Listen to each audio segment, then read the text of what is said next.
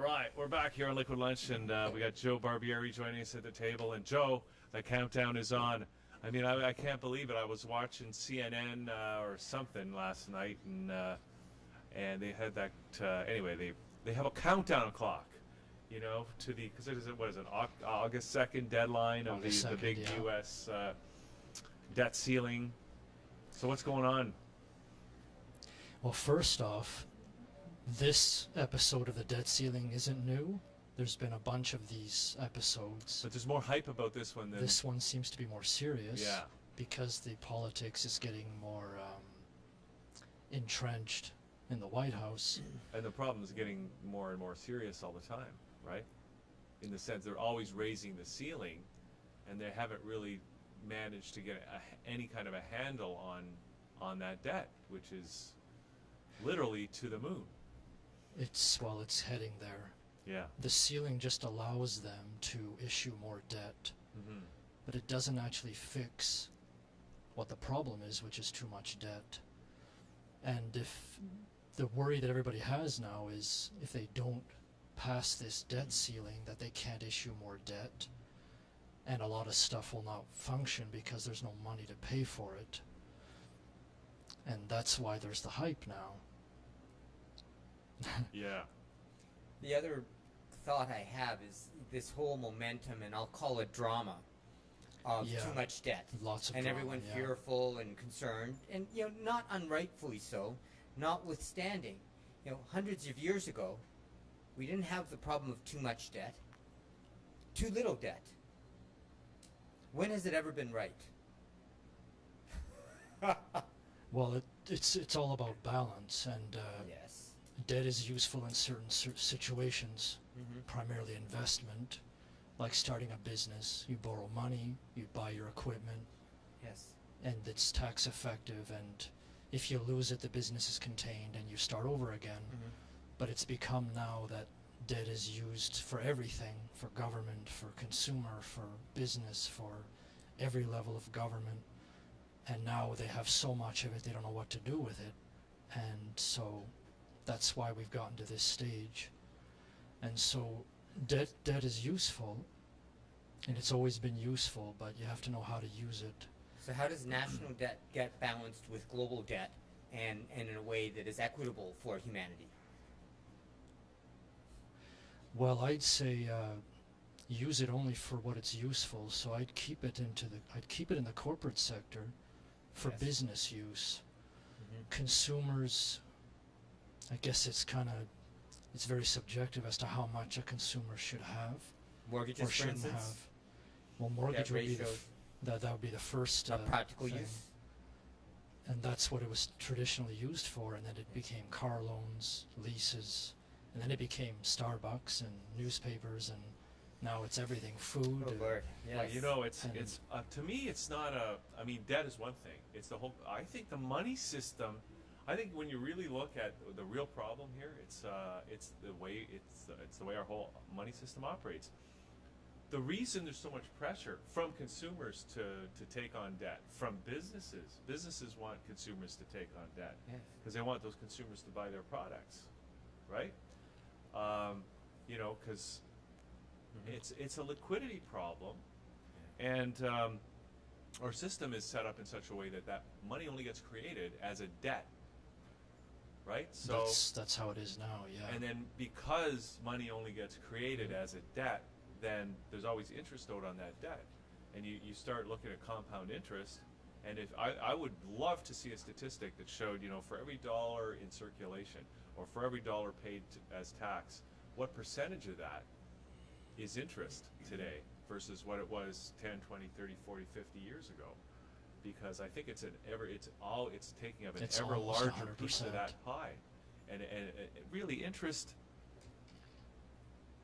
I mean, it's supposed to be a measure of the risk, right, of lending money. But when a bank really just creates an entry in an account, it's not a real risk that they're taking.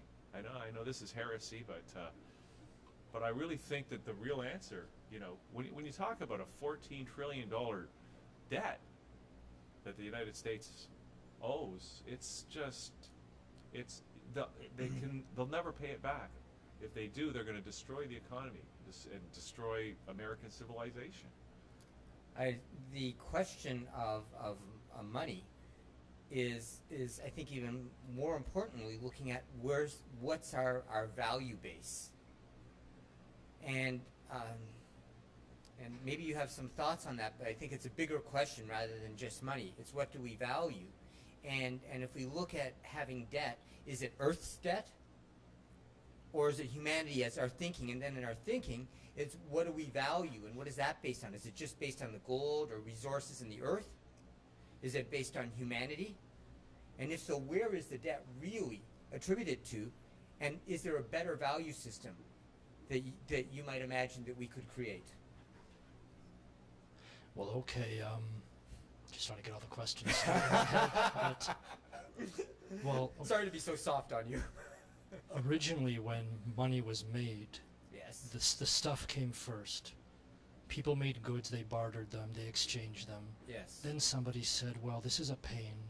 It's too hard to match an apple with an orange and a pear, and let's make a standard measure Yeah. called There's a no currency. conflict to sort of standard measure. An It's just a intermediary, measure. yeah. No So that you confusion. can translate everything into the measure, Yes. and it's easy to trade. All And that's right. how currency was started. How money began. And so the stuff was first, the money was second. Yes. The money was made to measure all the stuff that was made. All right. And so there was no debt at this stage, it was just exchange. Later on, and then later after that, when it became global, they had a gold standard to make it across countries and cross currency, and to make it everybody knew what the base measure was, which was the price of gold. Then when they just stopped doing that, governments printed what they wanted, and so the balance got lost. And that's when all the problems of today started. Mm-hmm. Now, gold is one way to do it. It's not the only way. You can measure against many, many things. The value system, What would be a better measure? Do you have an opinion on that? well, for the original idea of currency was it measures what people can make in a country. Yeah. That's what GDP was measuring. That's what all these numbers measure. The money just represents, I'm in Canada, there's 30 million people. We have X resources, X talent. We make whatever, $100 billion of stuff every year. And another country has another number. It seems to me that's the real thing that measures, that should back a currency, is the productive capacity That's how it of started, economy, or yeah. whoever is issuing the currency. Yeah. Measuring the talents Yeah. of the nation, of Yeah. the people. Absolutely. Balancing that. And because if you look at anything that's made, it's an idea. Yes. Then someone puts their time, their labor, their material, which is from the earth, Yes. make this thing. Yes. There's assuming somebody wants it, they buy it. Yeah. Then you have an exchange that goes to the GDP, Yeah. and there A you fair have exchange. it. And that's the value of the two parties who agree that it's worth this. And you add it up many, many times, and that's the system.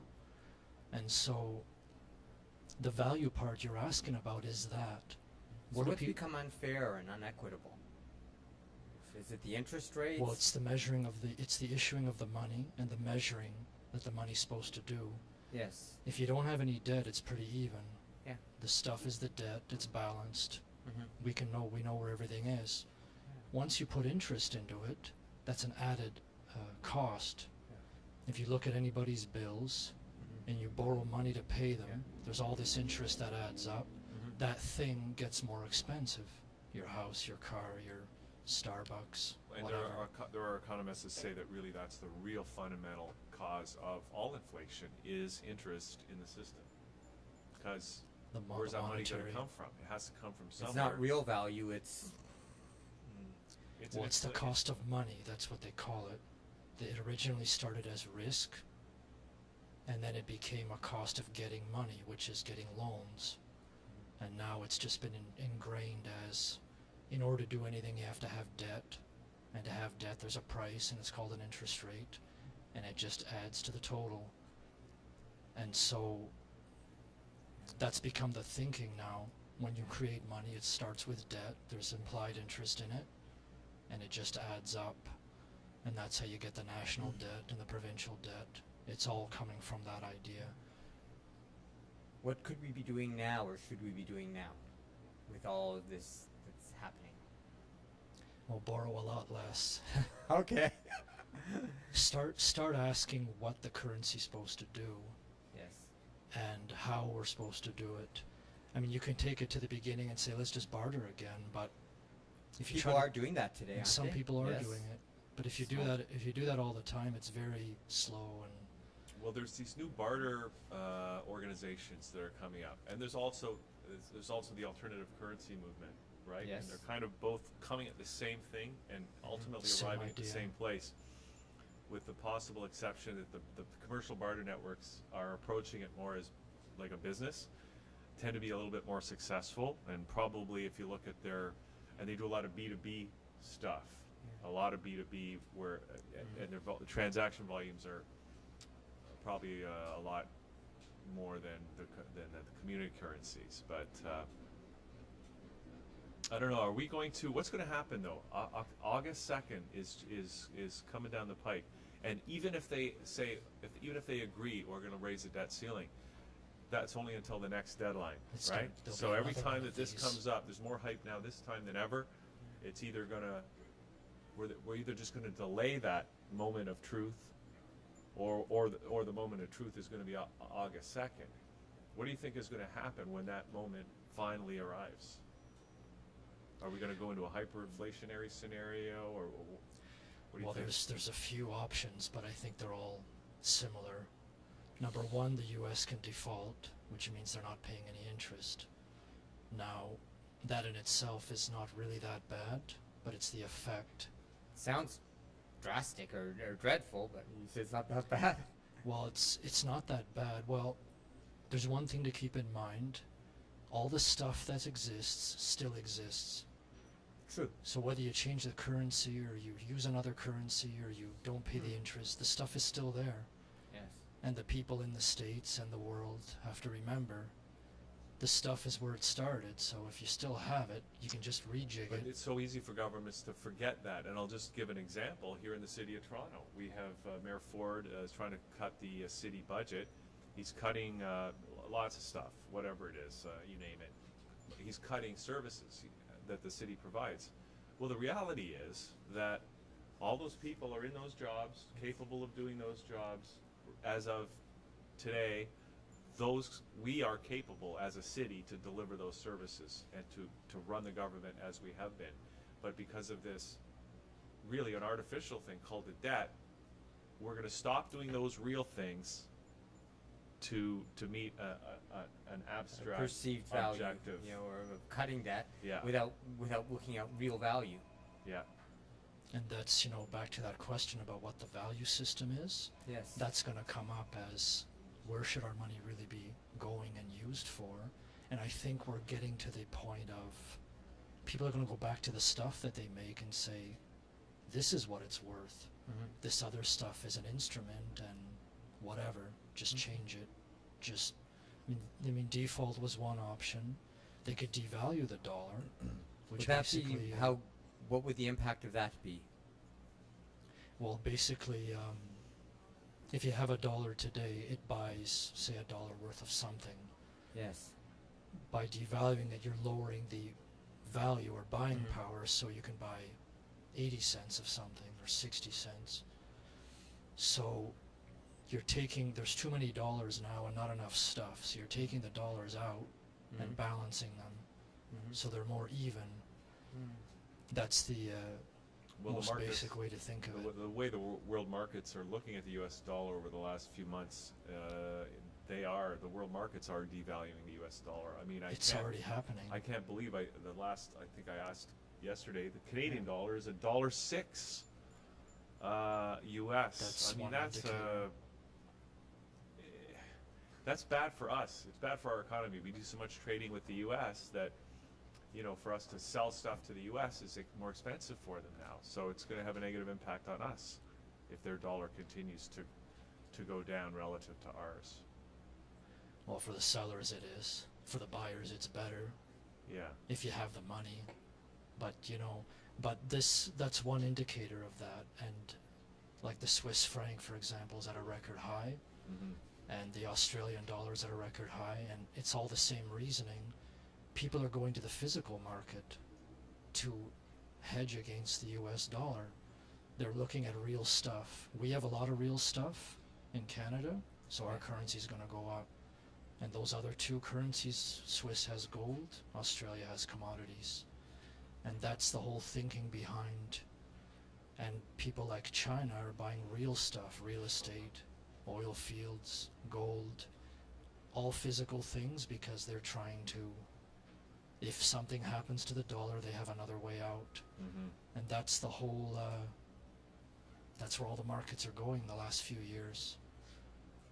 So the dollar has been going down slowly, and you can tell also by the price of gold. It's a good indicator of what the dollar is actually worth.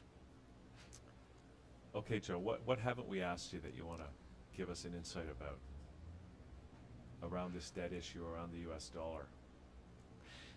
Well, I'll say this. Look at what's going to come next. Let's say they do hit the ceiling and they can't issue debt and the dollar gets, there's a crisis in the dollar. The States is still going to be there.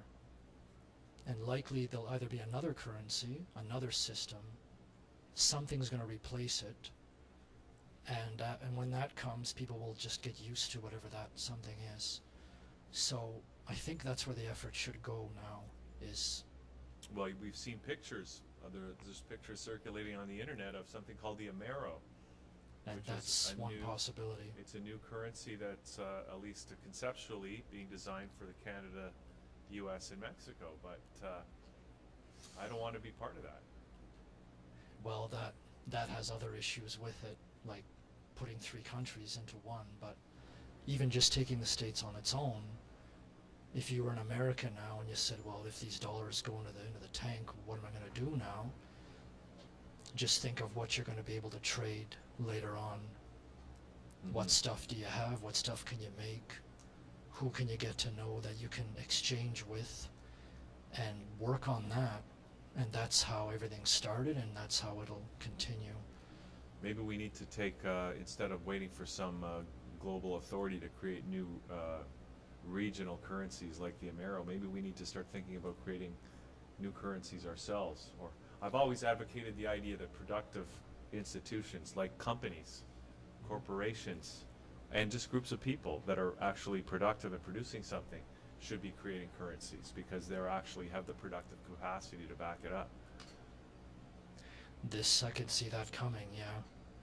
And at all levels, a person can't really make a currency, but a group of people that, what makes a currency function is that enough people have to believe in it. Like right now, the reason why these currencies exist is because people believe the government can tax as much as they want, and they have an infinite amount of money they can draw on to pay whatever obligation it is. And a person can't say that, and a company normally can't say that. But in a contained small area, a community, somebody can say that. And so if people know this issuer of the currency and they believe in them, then it's as good as whatever we have. And so that's along that line is where people are going to go if it gets very bad. And then there'll be another system, another type of dollar. So that's where I think we're going to go, and it won't look so dramatic if you do that. Because in history this has happened many times. In the UK, in Zimbabwe recently, in Germany. There's lots and lots of examples, and the countries continue, and the people are still there, and they just had to reorganize and start something else. Although it can be hard times for those periods between the crash of one currency and the transition time would be the most. I think Argentina had some serious problems. They had some too, yeah. Zimbabwe is, I think things are still pretty rough over there. It's really the problem of change and a dealing or accepting change and changing values, perceptions, and still remembering to breathe, produce what we can, cooperate where we can and collaborate. But we need currency to be productive. That's part of of how businesses work. They need That's a what we've currency to chosen transact. right now for our language and our measure. And it's calling us to look at re-examining our measures. Yeah, because obviously the systems that we have allowed to be put in place, or maybe we've created them, the governments and the national currencies, if those things are being mismanaged to the point where they're starting to have a negative impact on our well-being, then let's take responsibility back. Or forward. Yeah. You know, and begin to create more of what we desire to see. It's all a learning process, isn't it? Yeah, exactly. It evolves. Okay, Joe. Any final thoughts? Is that it? Yeah, that's it. Well, we're going to tell people, because you do a show here once a month called the Cube Talk Show, right Yeah. here on ThatChannel.com, and we should tell people how they can tune in and find out more. It's 'cause the third Tuesday of the month at 6. I sometimes do extra shows, but that's the defined time slot. Yep. And my website, you can watch the archives there, www.joetheinvestor.ca. And they're also on this on the That Channel website. And my email, if you need to contact me, is joetheinvestor.today@gmail.com. Okay, Joe. All right. Thanks as always for coming and having a great, interesting discussion. And we'll probably have to do it again, depending on what happens on August 2nd. I'm looking for you to tell us where to invest next. All right. Thank you. Okay, Thanks, Joe. thanks a lot. joetheinvestor.ca. So we are going to take a little. Oh no, we're going to watch this video now, right, Joe? You got this video. This is about the U.S. Budget ceiling situation. It's a wrap video. It's a rap video. So this is all everybody needs to know about what's going on with the U.S. Debt situation. We're going to come back with Patricia right after this, and I'm taking my kufi off live here on Liquid Lunch. Embrace ourselves. The moment. Raise the debt ceiling, raise the debt ceiling, raise the debt ceiling, raise the debt ceiling, raise the debt ceiling, raise the debt ceiling, raise the debt ceiling, raise the debt ceiling. 14 trillion in debt, but yo, we ain't got no qualms. Dropping $100 bills and billion-dollar bonds. Spending money we don't have, that's the name of the game. They call me cumulonimbus because you know I'll make it right. Drive all kinds of cars, got all kinds of whips. People ask me how I get them, I tell them simulate. Social security surplus, oh, guess what it's called? Got my hands on everything like Dominic Strauss-Kahn. Ain't got no Medicare trust fund, son, that's just absurd. Spending every single penny that we see, son, have you heard? Ain't got no moral objection, ain't got no kind of complaint. Ain't got no quantitative statutory budget restraints. Raise the debt ceiling, raise the debt ceiling, raise the debt ceiling, raise the debt ceiling, raise the debt ceiling, raise the debt ceiling, raise the debt ceiling, raise the debt ceiling. All up in the bed and we living in style, spending lots of money while we sipping crystal, making it rain and yet it be so pleasing. And I say make it rain, I mean quantitative easing. QE1, QE2, QE4, QE3, dropping IOUs in every fund that I see. Printing the cash, inflating the monies, calling up China, hey, yo, we straight out of 20s. All up in the club, we be loud and out. While in the market air, we be crowding out. On the beach getting tan and sipping Corona. I got a monetary plan and it involves a lot of tone. Raise the debt ceiling, raise the debt ceiling, raise the debt ceiling, raise the debt ceiling, raise the debt ceiling, raise the debt ceiling, raise the debt ceiling, raise the debt ceiling. So if you look at the chart and you examine the trend, we borrow 40 cents of every single dollar we spend, and non-discretionary spending increases every day. Do you have a comment for committee? I'll make it rain. Mr. Speaker, could you beam me up? A congressperson cutting spending couldn't dream me up. But we're all gonna default if we follow the road. You're not gonna thought of this $14 trillion ago? Cause I'm the king of the links. I'm a medicine tennis. I'm sticking spinners on my rims, picking winners in business. So if you looking for some cash, cause things are getting heavy, I got some big old piles of money. Guess what? They shovel ready. Raise the debt ceiling, raise